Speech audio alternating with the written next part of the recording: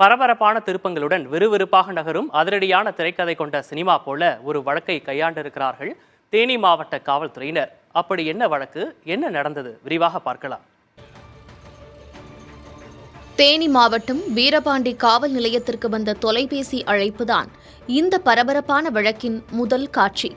அழைத்தது தேனி மாவட்ட குழந்தைகள் பாதுகாப்பு குழு அதிகாரிகள். போடிநாயக்கனூர் அருகே உப்புக்கோட்டை கிராமத்தில் பிறந்து 35 நாட்களே ஆன குழந்தையை பெற்ற தந்தையே பேரம் பேசி விற்றுவிட்டதாக புகார் கூறினர். சைல்டு லைன் எண்ணான 1098க்கு வந்த அழைப்பின் அடிப்படையில் இந்த புகாரை அவர்கள் பதிவு செய்தனர். காரில் வந்த ஒரு ஜோடி குழந்தையை வாங்கிச் சென்றதாக 1098 பேசியவர் தெரிவித்திருந்தார்.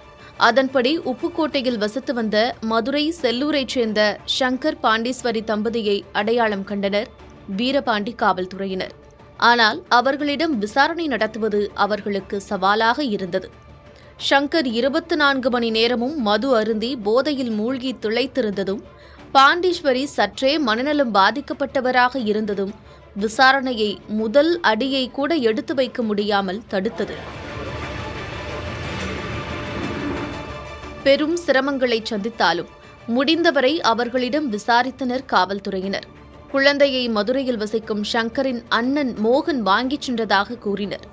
பாண்டீஸ்வரி சற்றே மனநலம் குன்றியிருப்பதால் அவரால் குழந்தையை பராமரிக்க முடியாது என்பதால் பொறுப்பாக வளர்ப்பதற்காக அண்ணன் மோகனிடம் கொடுத்தனுப்பியதாக கூறியுள்ளார் சங்கர்.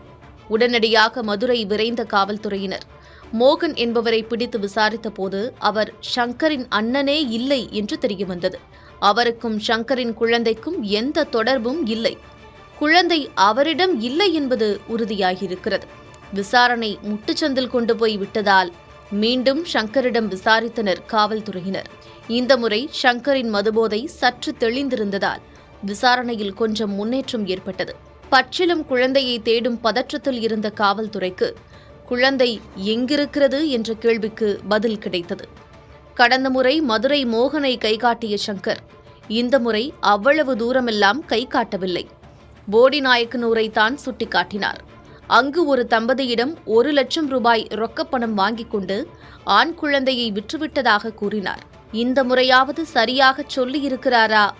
போடிநாயக்கனூரில் குழந்தையை மீட்டு விடுவோமா என்ற தவிப்பிலும் குழப்பத்திலும் போடிநாயக்கனூர் விரைந்தனர் வீரபாண்டி காவல்துறையினர்.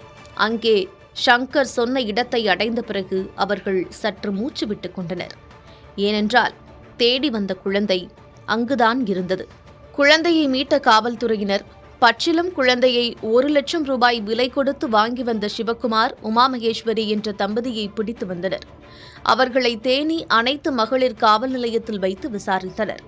குழந்தையை தேனி அரசு மருத்துவக் கல்லூரி மருத்துவமனையில் மருத்துவ பரிசோதனை செய்துவிட்டு மாவட்ட குழந்தைகள் நல பாதுகாப்பு துறையினரிடம் ஒப்படைத்தனர்.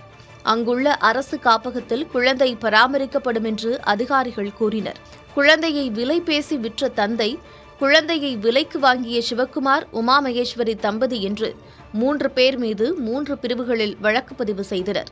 இந்த தம்பதி குழந்தையை தாங்கள் வளர்ப்பதற்காக வாங்கிச் சென்றார்களா, வேறு யாருக்கும் விற்பனை செய்வதற்காக வாங்கிச் சென்றார்களா என்ற பல்வேறு கோணங்களில் விசாரித்து வருகின்றனர்.